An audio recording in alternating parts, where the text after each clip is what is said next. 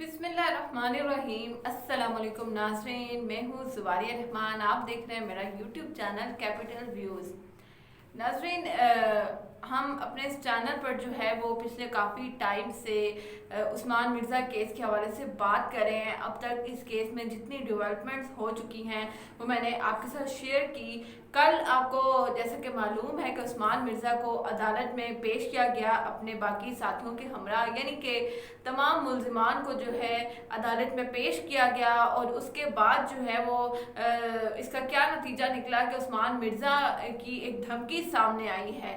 वो धमकी उस्मान मिर्ज़ा ने सहाफ़ियों को दी है, पुलिस को दी है, अदालत को दी है। वो क्या धमकी है वो आपके साथ शेयर करूंगी। लेकिन इस केस में मज़ीद कुछ इंकशाफात सामने आए, पहले उसका जिक्र करेंगे।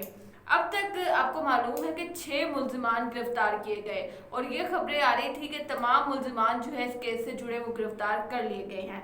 लेकिन कल जब मुल्ज़िमान को अदालत में पेश किया जाता है तो ये चीज़ सामने आती है कि 15 लोगों पर मुश्तमिल ये गैंग था। 15 लोगों के इस गैंग ने, अब आप खुद सोचें कि अब तक कितनी तबाही मचाई होगी। ये हर शख्स, क्या उस्मान मिर्ज़ा, क्या अताउर रहमान, हर शख्स अपने अंदर एक दरिंदा है। 15 लोग हैं अगर, और 15 लोग इस काम में मुलविस हैं, तो आप खुद सोचें कि क्या सिर्फ ये एक जोड़ा होगा जिसको इन्होंने तंग किया, जिसकी इन्होंने वीडियोस बनाई। ये 15 लोग अब तक कितनी तबाही मचा चुके हैं।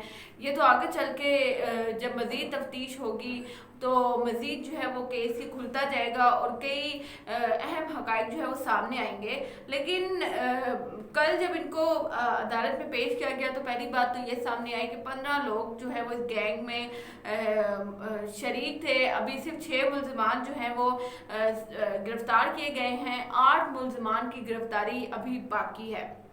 जो वीडियोस लीक हुई, जो वीडियोस वायरल की गई, जिसकी वजह से सारी तबाही मची, अब तक शायद उसके छोटे छोटे क्लिप्स हम तक पहुँचे हैं। कल अदालत में ये भी इंकिशाफ किया गया है कि 2.5 घंटे तक ये ग्रुप जो है वो मुतासर जोड़े की वीडियोस बनाता रहा है। अब आप ज़रा ये सोचें कि 2.5 घंटे उस्मान मिर्ज़ा ने अपने साथियों के हमरा, जो लोग भी उस वीडियो में नज़र आ रहे थे, उसके अलावा भी कई और अफराद मौजूद थे वहाँ पर जो नज़र भी नहीं आए, लेकिन 15 लोग जो है उनकी मौजूदगी का इंकशाफ हुआ है। तो अब आप खुद सोचें कि इन 15 लोगों ने उस मुतासर जोड़े के साथ कितना तशद्दुद किया होगा। 2.5 घंटे में पूरी मूवी बन जाती है। तो ये तो सिर्फ वीडियोस की बात कर रहे थे, यानी कि अभी बहुत सारे मज़ीद इंकिशाफात जो है वो हमारे सामने आना बाकी हैं। 2.5 घंटे इस ग्रुप ने जो है इस जोड़े पर तशद्दुद किया है, उनकी वीडियोस बनाई हैं, उनको मारा पीटा है, उनको एक दूसरे के सामने बेलिबास किया है, उनको एक दूसरे के साथ बेदफेली पर मजबूर किया है। तो अब आप खुद सोचें कि ये अब तक कितनी तबाही मचा चुके हैं।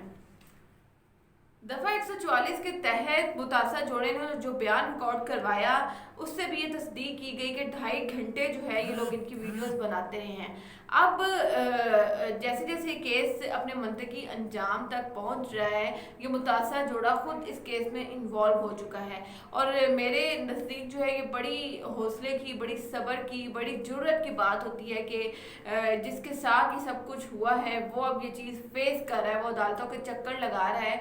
बड़ा हौसला है इनमें और उनको सलाम पेश करते हैं कि इनके इस हौसले की वजह से जो है वो ये केस अब मिसाली बन जाएगा। 8 मुल्ज़िमान की गिरफ्तारी अभी बाकी है। 6 मुल्ज़िमान गिरफ्तार हो चुके हैं। अब ये 2.5 घंटे की जो वीडियोस हैं ये रिकवर होना है, इनकी रिकवरी अभी बाकी है। कल भी मैंने जिक्र किया कि तमाम मुल्ज़िमान जो हैं उनके मोबाइल फ़ोन जब्त कर लिए गए हैं, जो कि फॉरेंसिक के लिए भिजवा दिए गए हैं। अब सवाल ये पैदा होता है कि क्या उन फ़ोन में से ये 2.5 घंटे की वीडियो रिकवर हो सकेगी या नहीं, या मज़ीद इन्होंने जो है वो ये वीडियो स्प्रेड करके रखी हुई हैं। लेकिन नाज़रीन, यहाँ पर जो एक अहम चीज़ डिस्कस करनी है वो ये है कि कल जब इनको अदालत में पेश किया गया तो इन मुल्ज़िमान के चेहरों पर ना कोई शर्मिंदगी, ना कोई नदामत, ना ये कहा जाए कोई शर्म, कि ऐसा लग रहा था कि ये शायद कोई चीज़ फतह करके आए हैं, कोई बहुत बड़ा इन्होंने मार्का मारा है।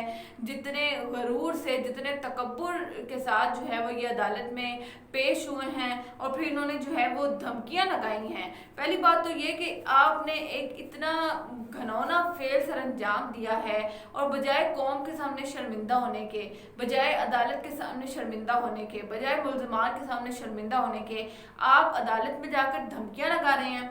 खैर, कोर्ट रिपोर्टर्स जो हैं हमारे मौजूद, उनमें से एक रिपोर्टर ने जो है वो अपने व्लॉग, यानी कि साकिब बशीर साहब हैं, उन्होंने अपने व्लॉग में जिक्र किया कि कल जब उस्मान मिर्ज़ा को अदालत में पेश किया गया तो उन्होंने वहाँ पर मौजूद जितने भी सहाफ़ी थे उनको धमकियाँ लगाई हैं कि बाहर आकर मैं एक एक से बदला लूँगा। अब वो एक एक कौन है? वो पुलिस अफसरान भी हैं जिन्होंने उनको गिरफ्तार किया, वो मुतासर जोड़ा भी है जिनके खिलाफ अब कार्रवाई करे, वो वज़ीर-ए-आज़म इमरान खान साहब भी हैं जिनके अहकामात पर जो है वो ये केस जो है वो अपने मंतकी अंजाम तक पहुंच रहा है, वो IG इस्लामाबाद भी हैं जो इस केस को देख रहे हैं, और वो रिपोर्टर्स भी हैं जो इस केस को थ्रू आउट जो है वो रिपोर्ट करें। तो उस्मान मिर्ज़ा को जो है वो इतना गुस्सा था और इतना इस केस को लेकर वो चिढ़ चुके हैं कि उन्होंने सहाफ़ियों को धमकियां लगाई हैं। और अब आप देखें कि साकिब बशीर साहब का कहना था कि जब उन्होंने हमें धमकी लगाई तो उसके बाद जो है वो अदालत की सिक्योरिटी भी बढ़ा दी गई।